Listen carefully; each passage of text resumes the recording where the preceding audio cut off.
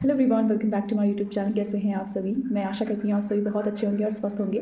तो ये वीडियो जो है आपके लिए इन्फॉर्मेटिव होने वाला है। यहाँ पे हम बात करेंगे किस तरह से आप कैचे धाम आ सकते हैं और कौन सा समय सबसे अच्छा है जिसमें आप कैचे धाम के बहुत बढ़िया से दर्शन कर सकते हैं। तो वीडियो को पूरा देखिए और अच्छा लगे तो इसे लाइक और सब्सक्राइब चैनल को ज़रूर करिए। चलिए बात करते हैं कि किस तरह से हमें कैचे धाम पहुँचना है। सबसे पहले तो आप किसी भी स्टेट से हैं या फिर आउट ऑफ कंट्री भी अगर आप देख रहे हैं इस वीडियो को, तो मैं आपको बता दूं, पहले तो सबसे पहले आप आएंगे दिल्ली। ठीक है, जहाँ से भी आते हैं वहाँ से ट्रेन या फिर बस जिसके भी थ्रू आप आना चाहते हैं तो आप दिल्ली पहुँचेंगे पहले। उसके बाद आप दिल्ली से हल्द्वानी आएंगे।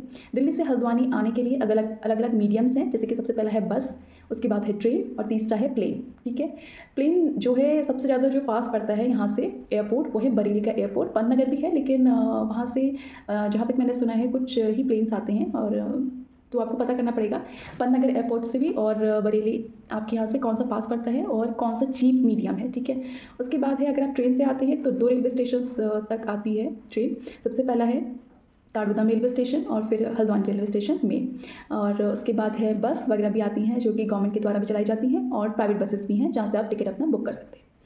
और साथ के साथ जब आप आएँ तो थोड़ा सा वेदर भी आप देख लीजिए, कहीं गर्म ज़्यादा है या ठंडा ज़्यादा है तो अपना उसी के अकॉर्डिंग अपने जो कपड़े हैं वो आप साथ लेके आएँ। ठीक है, और एक और चीज़ बता देती हूँ, 15 जून को कैचे धाम में स्थापना दिवस मनाया जाता है और उस टाइम पे बहुत भीड़ होती है और अपना जो प्राइवेट व्हीकल है वो लाना अलाउड नहीं होता है। तो शटल सेवाएँ जो हैं वो चलती हैं हल्द्वानी से कैचे धाम तक।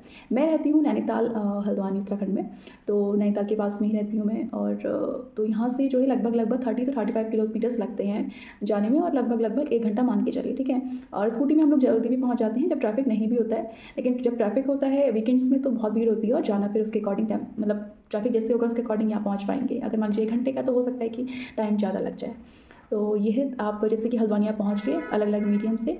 उसके बाद यहाँ से आपको चाहे तो आप कैब भी कर सकते हैं, बहुत सारी टैक्सी वगैरह चलती हैं यहाँ से, जिसमें आप शेयरिंग पे जाते हैं। ठीक है, और बस से भी आप जा सकते हैं, और कभी कभी आपको यहाँ पे जैसे 15 या 12 सीटर्स ट्रैवलर भी मिल जाती है कभी कभार। और नहीं तो ये मीडियम, 2 मीडियम तो रहती है, बस और टैक्सी का, जिससे आप जा सकते हैं। अगर प्राइवेट व्हीकल लेके आ रहे हैं तो जो पुलिस की गाइडलाइंस होती है नैनीताल पुलिस की, आप उसको देख लीजिए कि जाना अलाउड है या नहीं है प्राइवेट को लेकर, क्योंकि उससे पहले ही वो उतार देते हैं जब भी बहुत ही जब सीज़न पीक पे होता है उस टाइम पे। तो इसके बारे में आप जानकारी रखें। और वेदर का मैंने आपको बताया ही है, बारिश है ठंड है उसके लिए भी आपको देखना पड़ेगा। ठीक है, उसके हिसाब से आप अपने बैग पैक करिए, क्योंकि बहुत सारे लोग जो हैं अलग अलग स्टेट से आते हैं जिनके यहाँ ठंडा नहीं होता है उतना, लेकिन जब आप पहाड़ों में आते हैं तो यहाँ पे वेदर अलग होता है। अभी कुछ वेदर अलग है, थोड़ी देर में फिर चेंज हो जाएगा, तो बहुत लोगों को उसकी आदत नहीं भी होती है।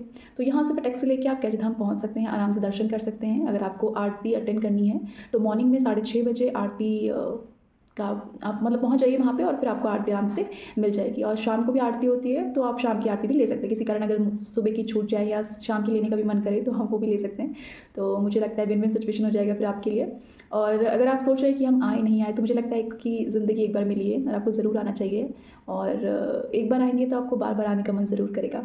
तो ये था छोटा इन्फॉर्मेटिव टिप। बाकी कब आएँ, तो देखिए रेनी सीज़न में थोड़ा सा लैंडस्लाइड होने का खतरा होता है। ठीक है, तो उसमें मैं कहूँगी आप चाहें तो अवॉइड भी कर सकते हैं, या फिर उन दिनों में आप चेक करके आएँ जिस टाइम पे बारिश थोड़ा सा कम हो रही हो। तो बाकी आप 12 महीने कभी भी आ सकते हैं पूरे साल भर में, ऐसा कोई दिक्कत वाली बात नहीं है। तो मैं तो यही कहूँगी कि आपको एक बार एक्सपीरियंस ज़रूर करना चाहिए। और अगर आपको कोई भी क्वेश्चन आपका रह गया या कोई भी क्वेश्चन मैं नहीं दे पाई इसका आंसर, तो आप कमेंट बॉक्स में पूछ सकते हैं। ठीक है, बाकी अगर वीडियो पसंद आए तो इसको लाइक कर दीजिए और चैनल को सब्सक्राइब कर दीजिए ऐसी और वीडियोज़ के लिए। Thank you so much. अब मिलेंगे नेक्स्ट वीडियो में।